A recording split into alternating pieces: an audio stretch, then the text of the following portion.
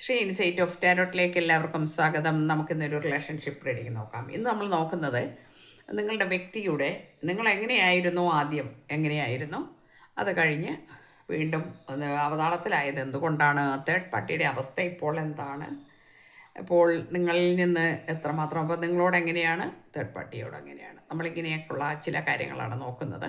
അതൊക്കെ ചിലപ്പം മിങ്കിൾ ചെയ്ത് അങ്ങോട്ടും ഇങ്ങോട്ടൊക്കെ പറയും കേട്ടോ. പിന്നെ ജനറൽ റീഡിംഗ് ആണ്, എല്ലാവർക്കും റെസനേറ്റ് ആവില്ല. റെസനേറ്റ് ആവുന്നവരെടുക്കുക, അല്ലാത്തവർ വിട്ടേക്കുക. ടൈംലെസ് ആണ്, അതുകൊണ്ട് നിങ്ങളുടെ കൈകൾ കിട്ടുന്ന സമയം മുതൽ വാലിഡ് ആകുന്നതാണ്. മെയിൽ ഓർ ഫീമെയിൽ എല്ലാവർക്കും കാണാം. ചാനൽ സബ്സ്ക്രൈബ് ചെയ്യണം, അതുപോലെ തന്നെ ലൈക്ക്, ഷെയർ, കമൻറ്റ്, അതുപോലെ ഹൈപ്പ് ചെയ്യണം കേട്ടോ, മറക്കല്ലേ. അപ്പോൾ നമുക്ക് റീഡിങ്ങിലേക്ക് പോകാം. ഫസ്റ്റ് കാർഡ് വന്നിരിക്കുന്നത് ഇതാണ്. അതായത് നിങ്ങൾ എങ്ങനെയായിരുന്നു, അല്ലെങ്കിൽ നിങ്ങളുടെ വ്യക്തി നിങ്ങൾ എങ്ങനെയായിരുന്നു, നിങ്ങളുടെ എനർജി എന്തായിരുന്നു എന്നാണ് നോക്കിയത്.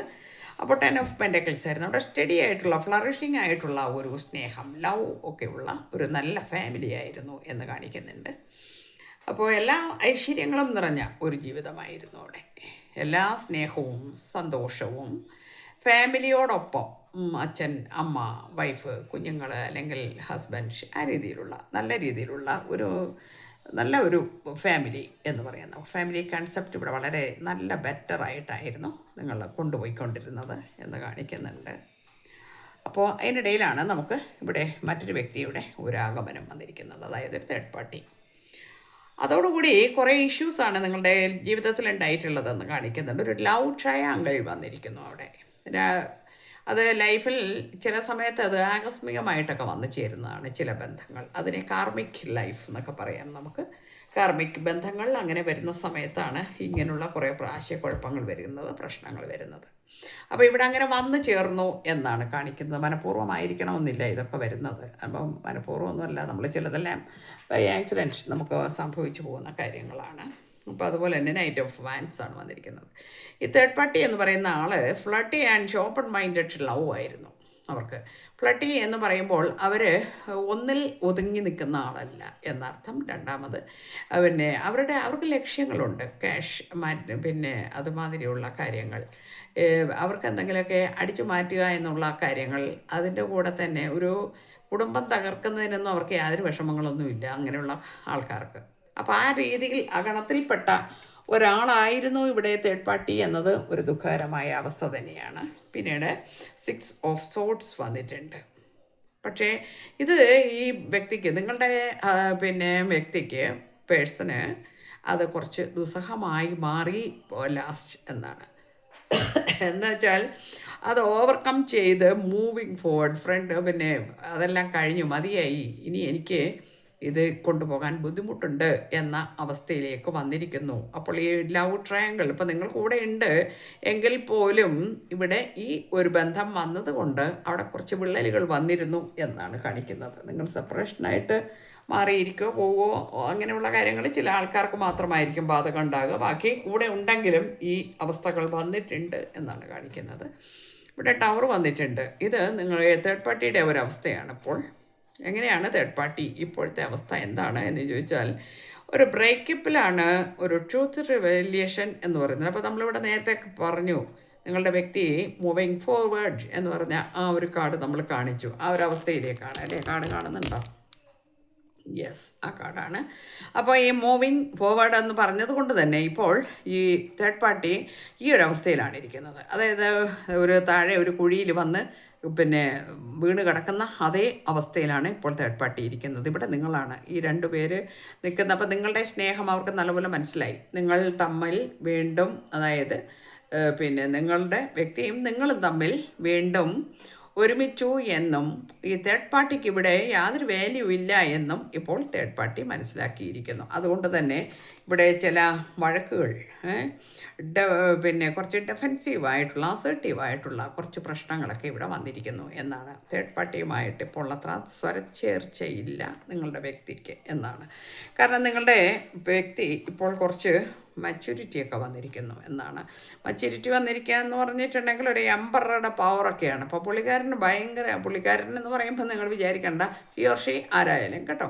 അപ്പോൾ അങ്ങനെയുള്ള ഒരു അവസ്ഥയാണ്. കാരണം വെച്ചിട്ടുണ്ടെങ്കിൽ ഇനി ഈ അഭ്യാസമൊന്നും എൻ്റെ അടുത്ത് നടക്കില്ല, ഈ തേർഡ് പാർട്ടിയുടെ കളികളൊന്നും ഇനി എൻ്റെ അടുത്ത് നടക്കില്ല എന്നുള്ള ആ ഒരു അവസ്ഥയിൽ വന്നിരിക്കുന്നു. ആൾ നല്ല ലീഡർഷിപ്പ് ക്വാളിറ്റിയുള്ള വളരെ പിന്നെ ജനങ്ങളുമായിട്ട് ബന്ധമുള്ള പബ്ലിക് ഫിഗറാണ്. അപ്പോൾ അതുകൊണ്ട് തന്നെ ആ ഒരു പിന്നെ ഇമേജിനെ ബാധിച്ചാൽ ഈ ഒരു വിഷയം വളരെ നാണക്കെട്ട ഒരു കാര്യമാണ്. ഒന്ന്, രണ്ടാമത് മാനസികമായിട്ടും കുടുംബപരമായിട്ടും ഒക്കെ തകർന്നു പോകുന്ന ഒരവസ്ഥ ഉണ്ട് എന്നുള്ളത് കൊണ്ട് തന്നെ ഇപ്പോൾ ഒരകലം പാലിച്ച് വളരെ ഒരു ഈഗോയിസ്റ്റ് പേഴ്സണായിട്ടൊക്കെ നിൽക്കുന്നു. അതായത് തേർഡ് പാർട്ടിയുടെ അടവുകളൊന്നും ഇപ്പോൾ ഈ വ്യക്തിയുടെ അടുത്ത് നടക്കുന്നില്ല എന്നാണ് കാണിക്കുന്നത്. Next card king of wands ആണ്. കരിസ്മാറ്റിക് ആൻഡ് കോൺഫിഡൻറ്റ് ലവ് ആണ് ഇപ്പോൾ. അതായത് നിങ്ങളുമായിട്ടുള്ള ബന്ധത്തിന് വളരെ കോൺഫിഡൻ്റ് ആയിട്ട് അത് കൊണ്ടുപോകണമെന്നും വളരെ കരിസ്മാറ്റിക് ആയിട്ട് ഇനി എൻ്റെ ലൈഫിൽ ഇത്തരം കാര്യങ്ങൾ ഒന്നും തന്നെ വരാൻ പാടില്ല, ഞാൻ അതിനി അനുവദിക്കുകയുമില്ല എന്ന് നിങ്ങളുടെ വ്യക്തി വളരെ കർശനമായിട്ട് തീരുമാനങ്ങൾ എടുത്തിരിക്കുന്നു എന്നാണ്. വളരെ നല്ല കാര്യം. അപ്പോൾ ഇവിടെ കിങ് ഓഫ് പെനക്കിൾസ് വന്നിട്ടുണ്ട്. എസ്റ്റാബ്ലിഷ്ഡ് ആൻഡ് റിലയബിൾ ലവ്, അതായിരുന്നു നിങ്ങളുടെ സ്നേഹം. ആദ്യത്തെ കാർഡ് നമ്മൾ പറഞ്ഞു അല്ലേ. അതുപോലെ തന്നെ അത് വളരെയധികം എസ്റ്റാബ്ലിഷ്ഡായ വളരെ റിലയബിളായിട്ടുള്ള ഒരു സ്നേഹമായിരുന്നു. നിങ്ങൾ ആ രീതിയിൽ ജീവിച്ചിട്ടാണ് പെട്ടെന്ന് നമ്മളില്ലേ എന്താ പറയുക, ഒരു ദിവസം അപ്രതീക്ഷിതമായിട്ട് വന്നു ചേരുന്ന ചില ദുര്യോഗങ്ങൾ നമ്മുടെ ലൈഫിൽ വന്നു പോകാറുണ്ട്. അതിലൊന്നാണ് ഇപ്പോൾ ഈ കാണുന്നത് കേട്ടോ. ഇപ്പം ഒന്നും നിവർത്തിയില്ല, ചിലതങ്ങനെ സംഭവിച്ചു പോകുന്നതാണ്. ഇതാണ് കാർഡ് കേട്ടോ. കാണുന്നില്ലെങ്കിൽ ഇങ്ങോട്ട് വയ്ക്കാം. ഓക്കെ, ഏസ് ഓഫ് പെനക്കിൾസ് വന്നിട്ടുണ്ട്. ഗ്രൗണ്ടഡ് ആൻഡ് സെക്യൂർഡ് ആയിട്ടുള്ള ലവ് ആണ്. അപ്പോൾ സ്നേഹം എന്ന് പറഞ്ഞാൽ നിങ്ങളോട് ആ പണ്ടത്തേക്കാൾ കൂടുതൽ സ്നേഹം വന്നിരിക്കുകയാണ്. കാരണം വെച്ചാൽ പറ്റിയ തെറ്റുകളൊക്കെ ഏറ്റുപറഞ്ഞ് നമുക്ക് ഒരുമിച്ച് ഇനി മുൻപോട്ട് പോകണം എന്ന് മനസ്സിൽ വിചാരിച്ചുകൊണ്ട് വളരെ ഗ്രൗണ്ടഡ് ആയിട്ടാണ് നിങ്ങളുടെ വ്യക്തി നിങ്ങളിലേക്ക് തിരിച്ചു വരുന്നത്. ഇവിടെ വളരെ പ്രതീക്ഷയിലുമാണ്, നിങ്ങളും വളരെ പ്രതീക്ഷയിലാണ്. ഇവിടെ പിന്നെ റെജുവനേറ്റഡ് ആൻഡ് ഹീൽഡ് ആയിട്ടിരിക്കുന്നു എന്നാണ്. നിങ്ങൾ രണ്ടുപേരും ഒരു ഹീലിംഗ് പ്രോസസ്സിലാണ്. അതായത് നിങ്ങളുടെ വ്യക്തിയും ഹീലിംഗ് പ്രോസസ്സിലൂടെ കടന്നു വന്നിട്ട് തെറ്റുകൾ ക്ഷമിക്കാനും പിന്നെ തെറ്റുകളെ ഓർത്ത് പശ്ചാത്തപിക്കാനും രണ്ടുപേർക്കും കഴിയുന്നുണ്ട്. അതുകൊണ്ട് തന്നെ നിങ്ങളുടെ ജീവിതത്തിലേക്ക് വീണ്ടും കടന്നു വരുന്ന നിങ്ങളുടെ വ്യക്തിയെ സ്വീകരിക്കുവാനും നിങ്ങൾ പ്രതീക്ഷയോടെ കാത്തിരിക്കുന്നു എന്നാണ് ഇവിടെ നമുക്ക് കാർഡ് കിട്ടിയിരിക്കുന്നത്. പിന്നെ പേജ് ഓഫ് സോർഡ്സ് ആണ്. ക്യൂരിയസ് ആൻഡ് ഇൻസ്പയറിങ് ലവ് ആണ്. ഇനിയാണ് സ്നേഹത്തിൻ്റെ പിന്നെ എന്താ പറയുക, മാസ്മരിക ശക്തി എന്നൊക്കെ പറയാം നമുക്ക്. ഇത്രയും കാലം പല അനുഭവങ്ങളാൽ കുറച്ച് വിഷമങ്ങൾ നമ്മുടെ ജീവിതത്തിൽ വന്നിട്ടുണ്ടെങ്കിലും അതിനെയെല്ലാം മാറ്റിയതൊക്കെ ഓരോ സമയങ്ങളാണ്. നമ്മുടെ ഓരോ ടൈമിൽ നമുക്ക് പറ്റുന്ന ചില വിഡ്ഢിത്തരങ്ങളെന്ന് പറയാം, അതിന് ചില എന്താ പറയുക, എനിക്ക് പറ്റിയ അബദ്ധമെന്ന് പറയാം അല്ലേ, അമളി എന്ന് പറയാം. അങ്ങനെ പല രീതിയിൽ നമുക്കതിനെ പേരിട്ട് വിളിക്കാം. എന്തായാലും നമ്മുടെയൊക്കെ ജീവിതത്തിൽ ഇതുപോലുള്ള താളപ്പിഴകൾ ചില സമയങ്ങളിൽ ഉണ്ടാകുന്നു എന്നാണ്. ആ താളപ്പിഴകൾ ഉണ്ടാകുമ്പോൾ നമുക്ക് അന്നേരമാണ് നമ്മൾ കുറച്ച് ലെസൺസൊക്കെ അതിൽ നിന്ന് പഠിക്കുക. നമ്മൾ അല്ലേ ചെറിയ കുട്ടികളെ വീണ് ഉരുണ്ട് കിടന്ന് പിന്നെ അവിടെ നിന്ന് എഴുന്നേൽക്കുക നമ്മൾ കാണുന്നുണ്ടല്ലോ. അത് അങ്ങനെ എഴുന്നേറ്റ് നടന്നു കഴിയുമ്പോൾ ബിജുഗീഷ് പോലെ നിൽക്കണ ഒരു നിൽപ്പുണ്ടല്ലേ. അതേമാതിരി നമ്മുടെ ലൈഫിൽ നമ്മൾ ചില കാര്യങ്ങൾ നേരിട്ട് അനുഭവത്തിലൂടെ പഠിച്ച് അതിനെ മനസ്സിലാക്കി വന്നു കഴിഞ്ഞാൽ പിന്നീട് ഒരിക്കലും അങ്ങനെ ഒരു തെറ്റ് ചെയ്യാൻ നമുക്ക് തോന്നത്തില്ല. അതാണ് ഇവിടെ. അപ്പം ലൈഫിൽ നമ്മളിതൊക്കെ വരുമ്പോൾ നമ്മൾ പെട്ടെന്ന് വിഷമിച്ചു പോകുമെങ്കിലും ഇതൊക്കെ ഒരു ലെസൺസ് ആയിരുന്നു എന്നോർത്ത് അതിനെ നമുക്ക് അത് കളയാൻ നമുക്കുള്ള ഒരു മനസ്സുകൂടി നമുക്ക് വേണം എന്നാണ് നമുക്കിപ്പോൾ കിട്ടുന്ന മെസ്സേജ്. ഓക്കെ, ചാരിറ്റി വരുന്നുണ്ട്, അതാണ് ചാരിറ്റി. അപ്പോൾ ഇതെല്ലാം ഈ നിങ്ങളുടെ വ്യക്തിക്ക് ഇപ്പോൾ നിങ്ങളിലേക്ക് കടന്നു വരാനും ആ പഴയ സ്നേഹത്തേക്കാൾ കൂടുതൽ നല്ല രീതിയിൽ തന്നെ ഇത് പിന്നെ ബിൽഡ് ചെയ്യാനും ബിൽഡപ്പിനും ഒക്കെ ആഗ്രഹിക്കുന്നു. അതുപോലെ ഡീറ്റർമൈൻഡ് ആൻഡ് സക്സസ്ഫുൾ ലവ് ആണ്. ഇനി വരാൻ പോകുന്നത് ഈ രീതിയിലുള്ള സ്നേഹമാണെന്നാണ് കാണിക്കുന്നത്.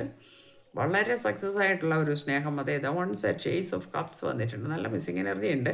അതുപോലെ തന്നെ കാത്തിരിക്കുകയാണ്, നിങ്ങളും കാത്തിരിക്കുന്നു എന്നാണ്. ഇത് on set and welcomed love.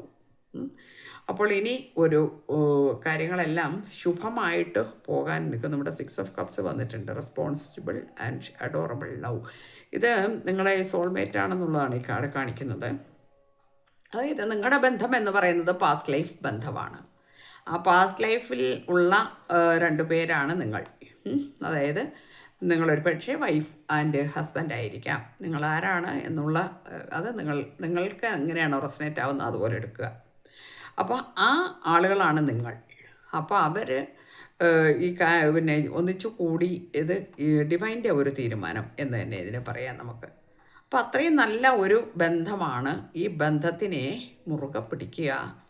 അത് നമുക്ക് എല്ലാവർക്കും കിട്ടുന്ന ഭാഗ്യമല്ല എന്നുകൂടി നമ്മൾ മനസ്സിലാക്കണം. അത്തരം ബന്ധങ്ങളൊക്കെ നമ്മുടെ ലൈഫിലേക്ക് കടന്നു വരുന്നത് അത് പിന്നെ ഫാമിലി ആവട്ടെ, എന്താവട്ടെ, ഏത് ബന്ധമാവട്ടെ, ആ ബന്ധം എന്ന് പറയുന്നതിലല്ല ഇവിടെ പ്രസക്തി, അതിൻ്റെ വാല്യൂ ആണ് പ്രസക്തി എന്ന് നമുക്ക് വീണ്ടും എടുത്തു കാണിക്കുന്നു. ഫോർ ഓഫ് വൺസ് വന്നിട്ടുണ്ട് ബ്ലിസ്ഫുൾ ആൻഡ് അക്കംപ്ലിഷ്ഡ് ലവ്. നമ്മുടെ ഫസ്റ്റ് കാർഡ് കണ്ടുല്ലേ, ഒരു പിന്നെ ഫാമിലി കാർഡാണ് നമ്മൾ കണ്ടത്. വളരെ എൻജോയ് ചെയ്തിരിക്കുന്ന ഒരു ഫാമിലി കാർഡാണ് നമ്മൾ കിട്ടിയത്. 10 ഓഫ് പെൻറ്റിക്കിൾസ്. അതുപോലെ തന്നെ ഇവിടെ 4 ഓഫ് വാൻസ് ആണ് വന്നിരിക്കുന്നത്, ഫാമിലി കാർഡാണ്.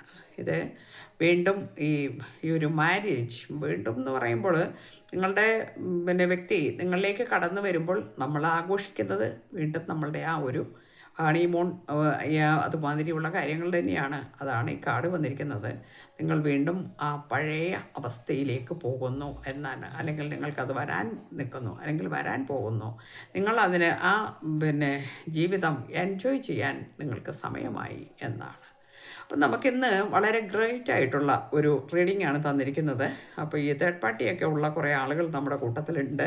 കാരണം എല്ലാവരുടെയും കമൻറ്റ് കണ്ടുകൊണ്ടാണ് ഞാനിത് പറയുന്നത്. അപ്പോൾ അത്തരം കാര്യങ്ങൾ ഉള്ള ആളുകൾക്ക് സന്തോഷിക്കാം. ഒരുപാട് പേരുണ്ട് അങ്ങനെ കാത്തിരിക്കുന്നവർ. ഇപ്പം എൻ്റെ വൈഫ് വരണമെന്നും എൻ്റെ ഹസ്ബൻഡ് വരണമെന്നും ഒക്കെ പറയുന്ന ഒരുപാട് പേരുണ്ടല്ലോ. അപ്പം അവരുടെ ആ ഒരു എനർജിയാണെന്ന് തോന്നുന്നുണ്ട് നമുക്ക് കിട്ടിയിരിക്കുന്നത്. എന്തായാലും ശരി, ഇത് ജനറൽ റീഡിംഗ് ആണെന്ന് ഞാൻ ആദ്യമേ പറഞ്ഞിട്ടുണ്ട്. പേഴ്സണൽ റീഡിംഗ് വേണ്ടവർ എൻ്റെ വാട്സപ്പുമായിട്ടോ എൻ്റെ ഫോൺ നമ്പർ കൊടുക്കുന്നുണ്ട്, അതിൽ ബന്ധപ്പെടുക. കൃത്യമായിട്ടുള്ള റീഡിംഗ് നിങ്ങൾക്ക് തരുന്നതായിരിക്കും അവിടെ.